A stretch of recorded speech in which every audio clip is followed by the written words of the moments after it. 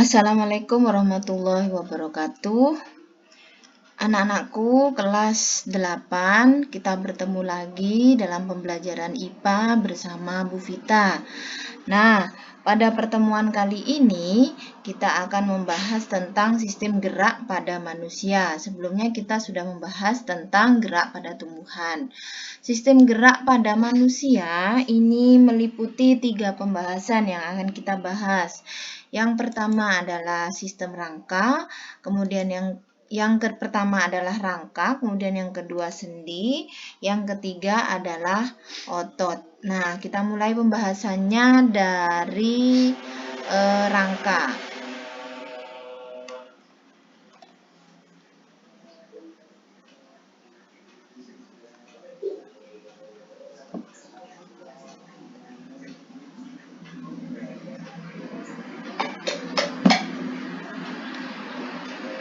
Baik, kita mulai dari rangka. Nah, kita mulai dari fungsi rangka untuk pembahasan rangka. Tentu kalian pernah melihat atau pernah berkemah dengan menggunakan tenda yang sudah ada rangkanya seperti ini. Bagaimana, apa yang akan terjadi jika tenda kalian itu tidak ada rangkanya? Tentu tidak akan bisa kokoh berdiri ya. Tentu tidak akan bisa kokoh berdiri. Nah, ini sebagai gambaran untuk kalian bahwa ini rangka pada tendanya ya. Ini sebagai gambaran bahwa fungsi rangka, anggap rangka itu yang membuat tenda ini bisa menjadi berdiri seperti itu ya. Jadi fungsi rangka yang pertama itu tadi analoginya. Kalau fungsi rangka pada tubuh manusia itu yang pertama memberikan bentuk dan menopang tubuh kita. Nah, seperti gambarannya itu tadi.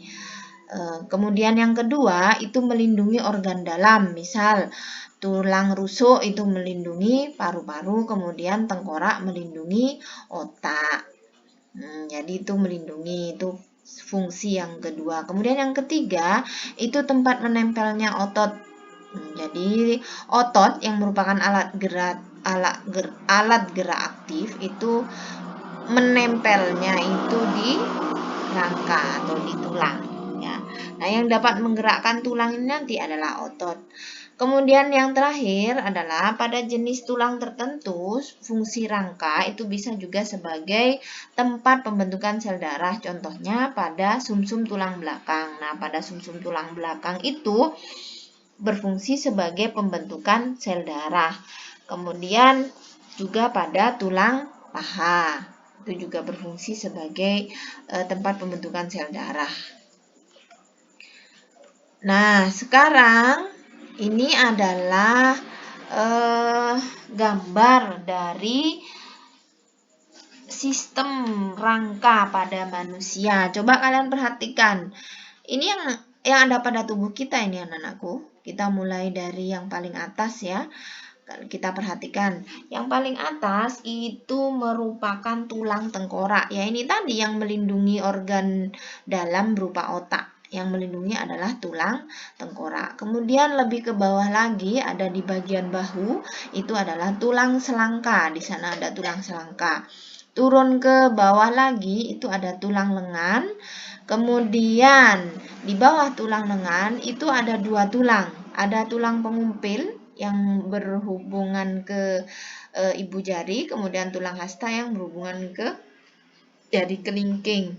Coba nanti kalian pegang tangan bagian bawah kalian ini, pasti akan terasa di sana ada 2 tulang yang terpisah seperti ini ya. Kemudian turun ke bawah lagi ada tulang paha.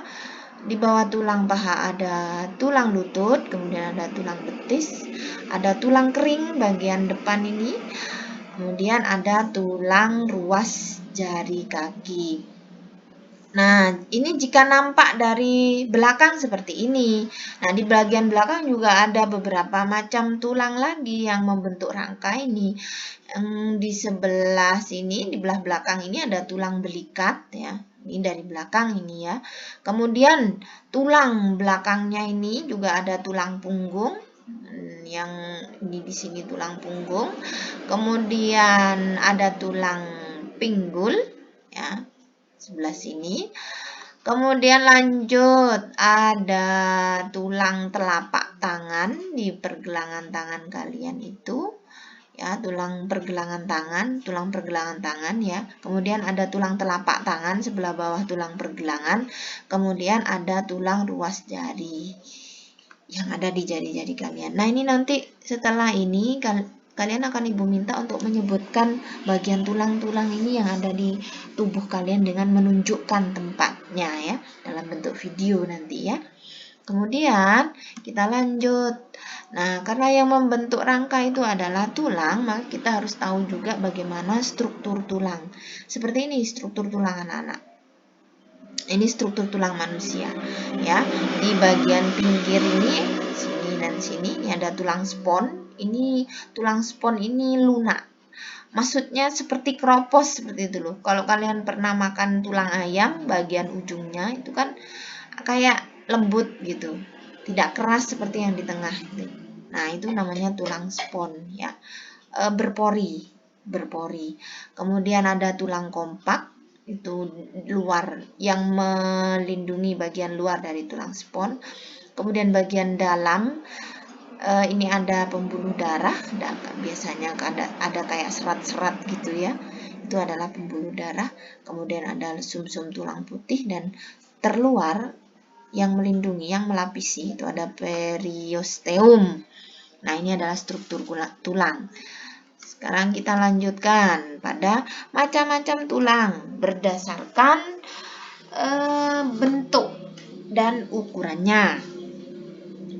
Nah, yang bentuknya seperti ini adalah tulang lengan. Kalau kalian lihat tuh kayak tulang yang sering digigit sama anjing itu ya, bentuknya seperti ini. Ini adalah tulang lengan. Kemudian bagian depan bentuknya seperti ini. Ya, ini adalah tulang dada. Ke bawah lagi ada tulang punggung. Ini potongannya dari tulang punggung. Ini kan tulang punggung seperti ini. Tapi ini menumpuk banyak seperti itu ya. Kalau sudah di sini. Ini salah satu bagiannya jadi perbesar. Seperti ini bentuknya tulang punggung. Kemudian ada tulang ruas jari. Nah, ini memanjang bentuknya. Nah, ini adalah macam-macam tulang berdasarkan bentuk dan ukurannya. Oke, kita lanjut. Nah, tulang itu anak-anakku mengalami proses osifikasi. Proses osifikasi itu adalah proses pengubahan tulang rawan menjadi tulang keras.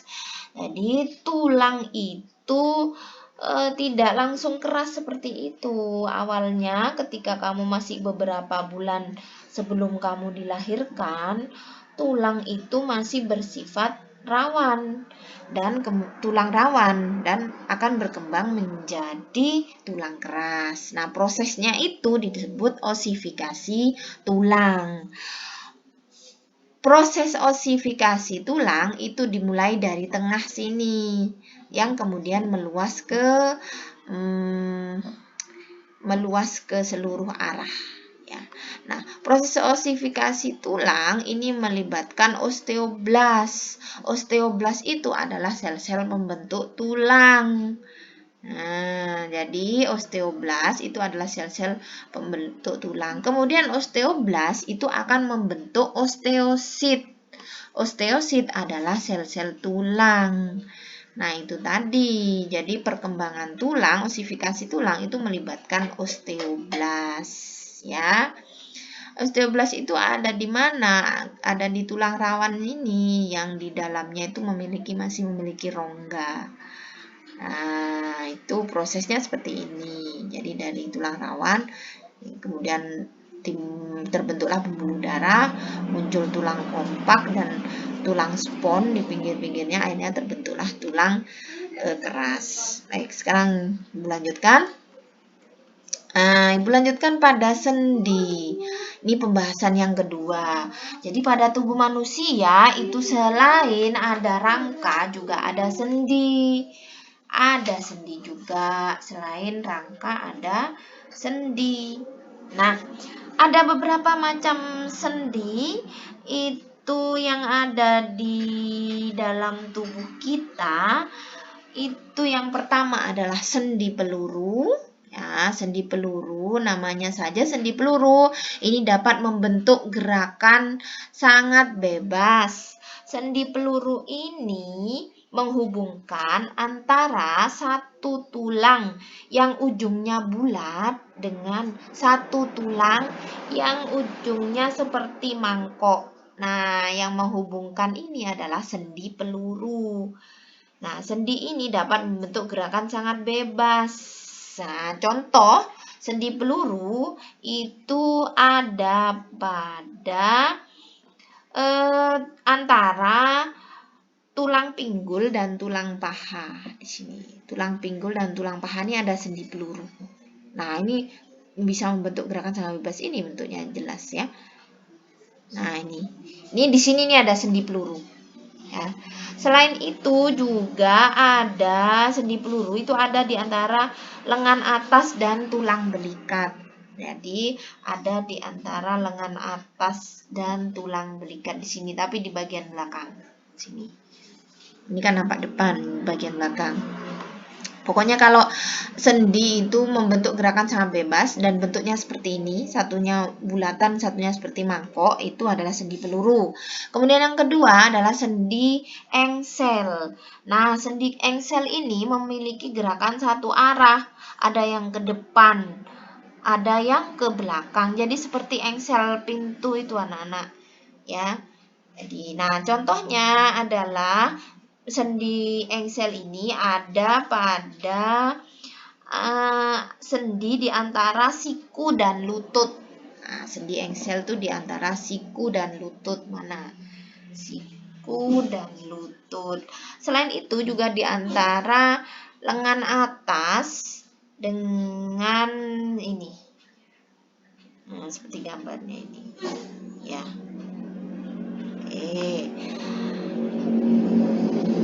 Di sini ini sendi engsel.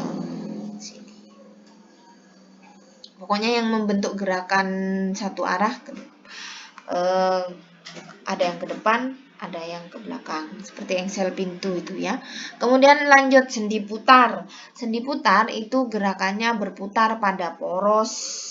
Contohnya itu ada pada persendian di antara tulang tengkorak dengan tulang leher. Jadi di sini antara tulang tengkorak dan tulang leher di sini nih. Ini letaknya sendi putar. Kemudian ada sendi pelana. Sendi pelana itu menggerakkan tulang dua arah, muka belakang. Bentuknya seperti ini. Oke.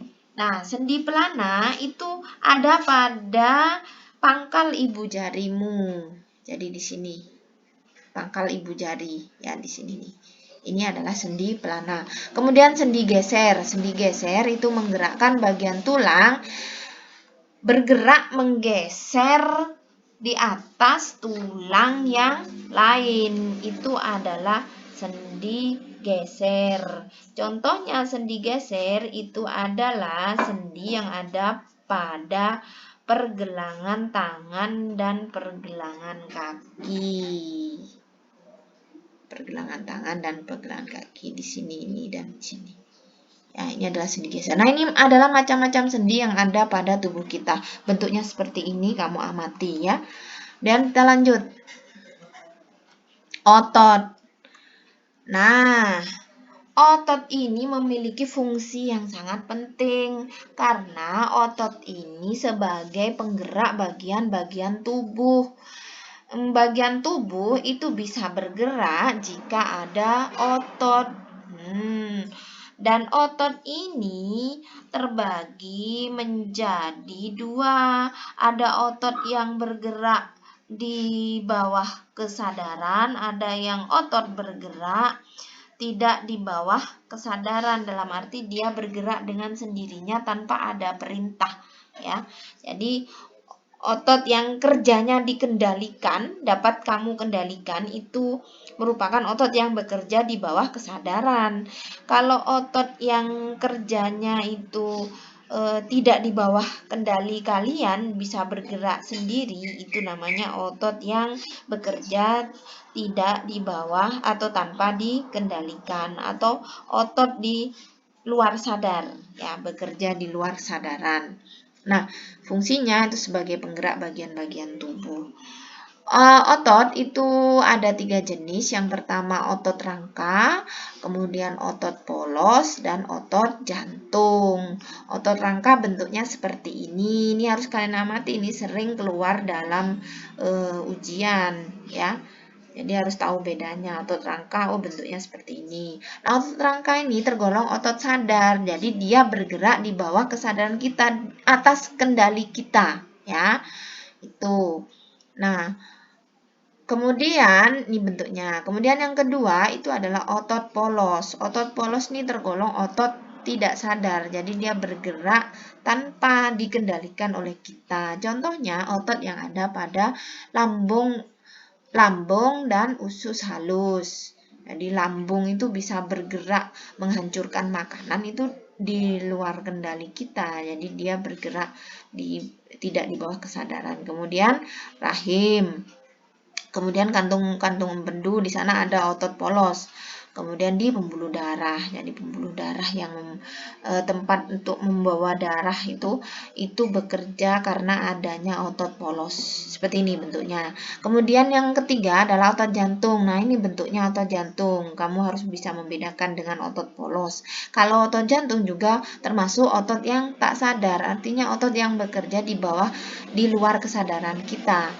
Jadi seperti itu ada di jantung. Otot jantung itu ada di organ jantung. Jadi jantung berkontraksi untuk memompa darah ke seluruh tubuh kita, itu karena adanya otot di sana, namanya otot jantung. Nah, dia bekerja tidak di bawah kesadaran kita.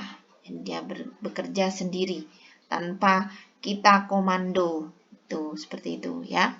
Ya, sekarang kita lanjutkan pada gangguan pada sistem gerak. Nah, ada beberapa macam gangguan pada sistem gerak. Jadi sistem gerak itu juga bisa mengalami gangguan. Yang pertama adalah riketsia. Riketsia itu disebabkan karena adanya kekurangan vitamin D. Ini biasanya terjadi pada anak-anak. Jadi anak-anak yang tulangnya itu tumbuhnya itu membengkok, itu berarti dia mengalami gangguan riketsia. Tentu kalian pernah menjumpai itu, ya, ada anak yang pertumbuhan tulangnya membengkok. Nah, itu disebabkan karena kekurangan vitamin D. Nah, ini dapat dicegah dengan banyak mengkonsumsi kalsium, fosfor, dan vitamin D dalam menu makan, ya. Ini pada makanan harus banyak mengandung ini. Kemudian yang kedua adalah osteoporosis. Osteoporosis ini biasanya terjadi pada orang yang sudah lanjut usia atau dewasa, ya. Penyebabnya disebabkan karena kekurangan kalsium, ya, kekurangan kalsium. Dan tulangnya menjadi rapuh, mudah patah. Ini adalah gambar tulang yang sehat, ini gambar tulang yang terkena osteoporosis. Kamu bandingkan. Jadi ini rongganya lebih besar. Rongga-rongga pada tulangnya itu lebih besar dibandingkan pada tulang yang sehat. Ini disebabkan karena kekurangan kalsium. Nah, hal ini bisa terjadi pada orang yang sudah lanjut usia. Nah, selanjutnya adalah artritis. Artritis itu terjadi akibat sendi sakit dan bengkok. Sendi yang terkena artritis tidak dapat digerakkan, jadi sulit untuk bergerak. Salah satunya adalah rematik. Ya, rematik itu contoh artritis. Jadi sulit untuk digerakkan. Ini gambarnya.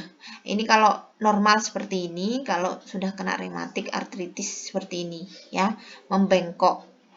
Kemudian selanjutnya adalah fraktura. Fraktura itu patah tulang karena benturan yang keras. Ada macam-macam fraktura, ada oblik atau miring, kominuta, spiral, dan majemuk. Seperti ini gambarnya. Kalau miring seperti ini, seperti ada retakan bentuknya miring. Kemudian comminuta seperti ada yang tercongkel di tulangnya. Kemudian kalau spiral, retak-retak tapi bentuknya spiral.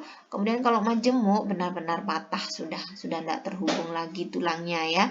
Itu adalah macam-macam fraktura. Kemudian kita lanjut, kifosis, lordosis, dan skoliosis. Nah, kita mulai dari kifosis, gangguan kifosis. Kifosis ini terjadi jika tulang belakang ini, tapi yang bagian atas itu membengkok, ya, membengkok ke belakang. Jadi seperti ini. Membengkok ke belakang itu adalah kifosis, melengkung gitu loh. Jadi kelainan tulangnya ini melengkung. Kemudian yang kedua lordosis itu tulang bagian melengkungnya tulang belakang, tapi yang bagian bawah itu melengkung ke arah depan secara berlebihan. Nah, ini adalah lordosis. Kemudian skoliosis itu tulang belakangnya itu membengkok ke samping. Membengkok ke samping. Jadi tidak ke depan atau ke belakang tapi ke samping. Itu dinamakan dengan skoliosis.